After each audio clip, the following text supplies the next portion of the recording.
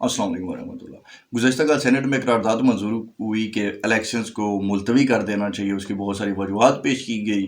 इस पर डिटेल से बात करेंगे और इस चीज़ पर बात करेंगे कि क्या वाक़तन इलेक्शंस मुलतवी होने जा रहे हैं या नहीं। लेकिन उससे पहले आपसे दरख्वास्त रहेगी कि वीडियो को लाइक कमेंट शेयर ज़रूर कीजिएगा और चैनल को सब्सक्राइब करना मत भूलिएगा। मामला कुछ इस तरह से हुआ जी कि गुज़श्ता कल सेनेट में कोई तकरीबन 10 एक सेनेटर बचे हुए थे तब सेनेट के हॉल में। तो उस वक्त उन्होंने ये करारदाद पेश की और जो चेयरमैन सेनेट है उन्होंने जनाब बड़ी खुश असलूबी के साथ वो करारदाद मंजूर भी कर ली। उसके बाद ये एक तासुर देने की कोशिश की गई जी कि क्योंकि उस करारदाद के अंदर जो है वो इन्होंने ये चीज़ें हाईलाइट की कि मुल्क में दहशत गर्दी है, बाकी बहुत तरह के मसाइल हैं, ठंड बहुत है, मौसम साथ नहीं दे रहा और बहुत सारी चीज़ें डिस्कस की गई। बहरहाल उसका मुद्दा ये था कि जी कि इलेक्शन फरवरी में नहीं हो सकते। उसके जवाब में जब ये करारदाद मंजूर हो गई उसके बाद फिर बाकी जो सेनेटर्स थे उन्होंने भी काफ़ी इस पे शोर शराबा डाला। काफ़ी हल्ला गुल्ला मचा सेनेट के अंदर। नून लीग के सेनेटर हैं जनाब अफनानुल्लाह साहब, जिनकी लड़ाई हुई थी पीटीआई के लॉयर साहब के साथ, तो वो भी उधर मौजूद थे।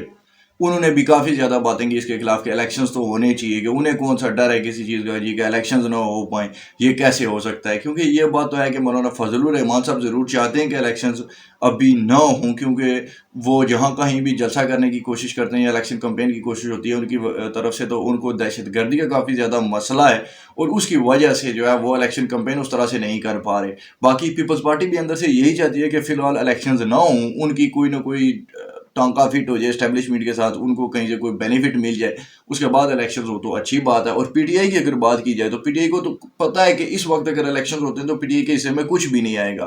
एस्टेब्लिशमेंट पीटीआई के साथ नाराज है और बाकी तमाम सियासी जमातें भी पीटीआई को कोई अच्छा नहीं समझती। इमरान खान साहब ने अपनी सारी ज़िंदगी जो सियासत की है, जो तंज और बदतमीज़ी का तूफान बर्पा किया रखा है इन्होंने, और हर किसी को जनाब बिल्कुल जो है वो कोई आपका जिस तरह से इमरान खान साहब की कोई बचपन से ही नवाज शरीफ साहब के साथ कोई मसले चले आ रहे हों, तो या जरदारी साहब के साथ, और जिस तरह की इमरान खान साहब ने अपनी सियासत में अपनी एक इमेज बनाई थी, उसके बाद इमरान खान साहब के साथ तो कोई भी बात करने के लिए तैयार ही नहीं है, सियासी जमातों में से भी और स्टैब्लिशमेंट में से भी। तो उनको तो कहीं पे कोई चांस नहीं बनता कि अगर आज इलेक्शन हो जाए पाकिस्तान में 8 फरवरी को अगर हो जाते तो पीटीआई को तो कहीं पे कुछ भी हासिल नहीं होगा। पीटीआई का भले का निशान ही इनको वापस मिल जाए तो इनके लिए बहुत बड़ी कामयाबी होगी। वो भी मिलता हुआ दिखाई फिलहाल तो नहीं दे रहा। तो कहना मैं ये चाहता हूँ कि नून लीग के अलावा जितनी भी जमातें हैं वो तमाम जमातें जो हैं वो इलेक्शंस नहीं करवाना चाहती। और ये जो 10 बंदे थे जिन्होंने ये करारदाद पेश की, ये छोटा काम किया जिन लोगों ने, उनको अगर आप देखेंगे वो लोग कौन है, तो वो वही ग्रुप है कि जिसने जनाब पीपल्स पार्टी के यूसुफ रजा गिलानी साहब को अपोजिशन लीडर बनवाया था। वही सारा ग्रुप है। ये ग्रुप बेसिकली इस्टेब्लिशमेंट का ग्रुप है सेनेट के अंदर। ये किसी भी सियासी जमात के लोग नहीं हैं। इनकी उधर ही सारी अपनी सेटिंग है और वहीं से ही इनका तमाम इंस्ट्रक्शंस आती हैं और उसी को ये फॉलो करते हैं। तो लग ये रहा है कि इस्टेब्लिशमेंट नहीं चाहती कि पाकिस्तान के अंदर फिलहाल इलेक्शंस हों।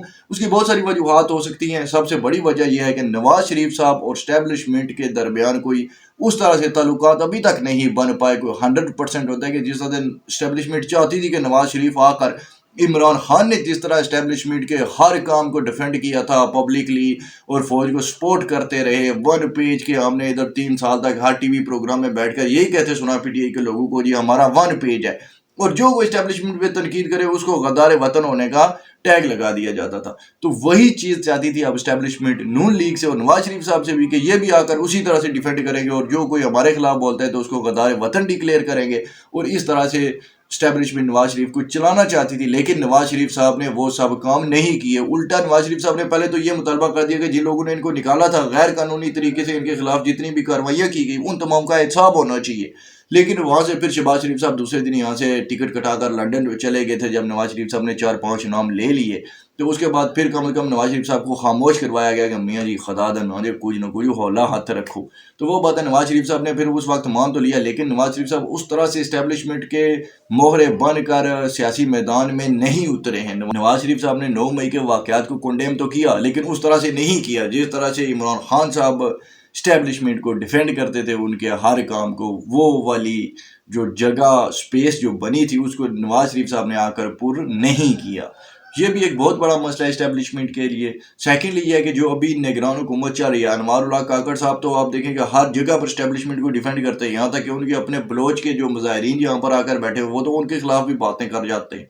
उन्होंने तो हर जगह पर जो है वो इस्टेब्लिशमेंट को बहुत, यानी कि जिस तरह से इस्टेब्लिशमेंट चाहती थी अनवारुल्लाह काकर साहब, उसी तरह के वज़ीर आज़म बने हुए हैं इस वक्त। और ये जो निगरान हुकूमत है, तमाम काम इस्टेब्लिशमेंट की मर्जी के साथ ही हो रहे हैं। वापटाप के आप चेयरमैन को देख लें तो जनाब आपको कि कहीं और का ही बंदा नजर आएगा। पाकिस्तान के कोई भी आप इदारे को देख लें, स्पोर्ट्स हत्ता कि आप हॉकी फेडरेशन को देख लें तो उसका भी जो सरबरा होगा वो आपको कहीं और से ही नजर आएगा। इसी तरह से अभी मैं तो ये सोच रहा था कि हो सकता है कल परसों हम ये भी सुन लें जी कि क्योंकि क्रिकेट में भी बड़ी नाकामी हो गई है जनाब, ये हमारे लड़के जिधर जाते हैं हार जाते हैं। तो पीसीबी का चेयरमैन भी जो है वो भी कोई रिटायर या हाजिर सर्विस बंदा ही होना चाहिए। आप समझिए होगे मैं किस तरफ इशारा कर रहा हूँ। तो कहना कि मतलब ये है कि ये जो निगरान हुकूमत है इन्होंने तो बिल्कुल यस मैन वाला किरदार अभी तक अदा किया, और अनवारुल्लाह काकर साहब ने फौज को डिफेंड करने में भी कहीं पे कोई कसर उठाना छोड़ी। उनसे जो पता है वो उससे 2 कदम ज्यादा जाके कर देते। तो स्टैब्लिशमेंट तो काफी ज्यादा खुश है निगरान हुकूमत से। फिर आपने ये भी देखा होगा कि कुछ दिन पहले chief of army staff America में भी तशरीफ ले गए थे। तो हो सकता है कि जनाब वहां से उन्होंने मंजूरी ले ली हो या अमेरिका ने गारंटी दे दी हो जी कि ठीक है हम IMF को कर्जा दिलवा देंगे आपको, IMF से कह कर, तो कोई मसला नहीं है, आप निगरान हुकूमत को चला लीजिए। बहरहाल ये एक राय है और कड़ियों से कड़ियाँ पाकिस्तान में हमेशा जोड़ी जाती हैं। तो कुछ लोग हैं जो इन तमाम कड़ियों को मिलाकर ये कहते हैं कि हो सकता है जी कि इलेक्शन जो है वो अभी ना हो और निगरान हुकूमत 2 साल के लिए आई है, वही बात जो उस वक्त से चल रही है वही सही हो। लेकिन अब अगर सियासी जमातों को देखा जाए तो नून लीग ने भी काफ़ी ज़्यादा शोर शराबा इस पर डाला हुआ है कि ऐसा नहीं होना चाहिए। और अगर देखा जाए सबसे ज़्यादा अगर किसी को नुकसान होगा तो वो नून लीग को होगा, क्योंकि अगर आज इलेक्शन हो जाते हैं तो हुकूमत तो नून लीग बनाएगी, क्योंकि इस्टेब्लिशमेंट के पास इस वक्त नवाज शरीफ साहब के अलावा कोई और ऑप्शन नहीं है। बिलावल भुट्टो जरदारी साहब उस लेवल के लीडर नहीं है और इमरान खान साहब काबिल कबूल नहीं है, तो बचते फिर पीछे नून लीग वाले ही हैं। और नून लीग की इस वक्त ऐसी कंडीशन है कि शहबाज शरीफ साहब अपने भाई को क्रॉस करके वजीर आजम बनना नहीं चाहेंगे, या शायद उनके बस में ही नहीं रह गया कि वो पार्टी में उनका उतना कद काठ है नहीं कि नवाज शरीफ साहब साइड पे बैठे और शहबाज शरीफ को वजीर आजम बना दिया जाए। वो नामुमकिनात में से लग रहा है फिलहाल, वैसे तो पता नहीं होता। लेकिन मरीम नवाज और नवाज शरीफ साहब ही 2 ऑप्शन बचते हैं नून लीग के अंदर जो कि वजीर आजम की कुर्सी के उम्मीदवार हो सकते हैं, और ये दोनों ही इस्टेब्लिशमेंट को उस तरह से खुश असलूबी के साथ काबिल कबूल नहीं है। एज अ लास्ट ऑप्शन तो वो इनको कबूल कर सकते हैं, लेकिन फर्स्ट ऑप्शन ये कभी भी नहीं हो सकते, ये दोनों ही जिन शख्सियात के मैंने नाम लिए हैं।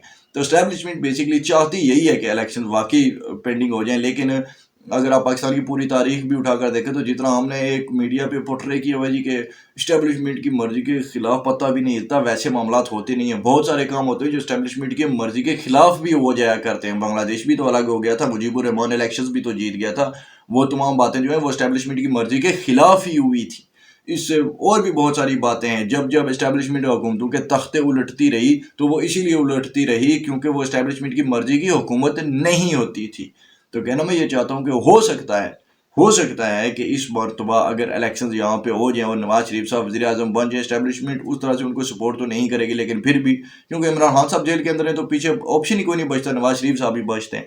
तो नवाज शरीफ साहब अगर वज़ीर आज़म बन जाए तो क्या गारंटी है कि 6 महीने या साल बाद फिर इस्टेब्लिशमेंट के नवाज शरीफ साहब के साथ ताल्लुकात ख़राब नहीं हो जाएंगे। और ये भी बात चलती थी कि अगर इलेक्शन हो जाए तो जी 1 साल या 1.5 साल की हुकूमत बनेगी। ये जो तज्जियाकार ऐसी बातें करें वो इसीलिए कर रहे हैं कि नवाज शरीफ साहब का झगड़ा हो जाएगा इस्टेब्लिशमेंट के साथ, तो फिर ये हुकूमत भी इस्टेब्लिशमेंट को ख़त्म करनी पड़ जाएगी। बहरहाल जी मुझे तो नहीं लगता कि इलेक्शंस को मजीद पेंडिंग किया जा सकता है, क्योंकि पहले ही बहुत ज़्यादा शोर शराबा मचा हुआ है मुल्क के अंदर, और अगर यहाँ पर आप इलेक्शंस नहीं करवाते तो इसका सारा फ़ायदा आप PTI और पीपल्स पार्टी को दे रहे हैं। नून लीग के साथ तो ये बहुत बड़ी दुश्मनी है, और अगर आप नून लीग को इलेक्शंस नहीं देंगे, कुछ आने वाले 2 साल तक इलेक्शंस नहीं होते, तो उसके बाद फिर पाकिस्तान की सियासत का पूरा नक्शा भी बदला हुआ होगा। और ये नून लीग वाले भी जो मेरे भाई बहुत खुश होकर बैठे हुए कि इनका वज़ीर आज़म आ रहे हैं, इनको भी सोचना चाहिए कि अगर यहाँ पर इलेक्शन पेंडिंग हो गए तो, क्योंकि ये पाकिस्तान है, क्या पता 6 महीने बाद इस्टेब्लिशमेंट का खास कौन होगा और इस्टेब्लिशमेंट का दुश्मन कौन होगा। अब तक के लिए इतना ही था। चैनल को सब्सक्राइब जरूर कीजिएगा। मिलते हैं अगली वीडियो में। अपना बहुत सारा ख्याल रखिए। अल्लाह हाफ़िज़।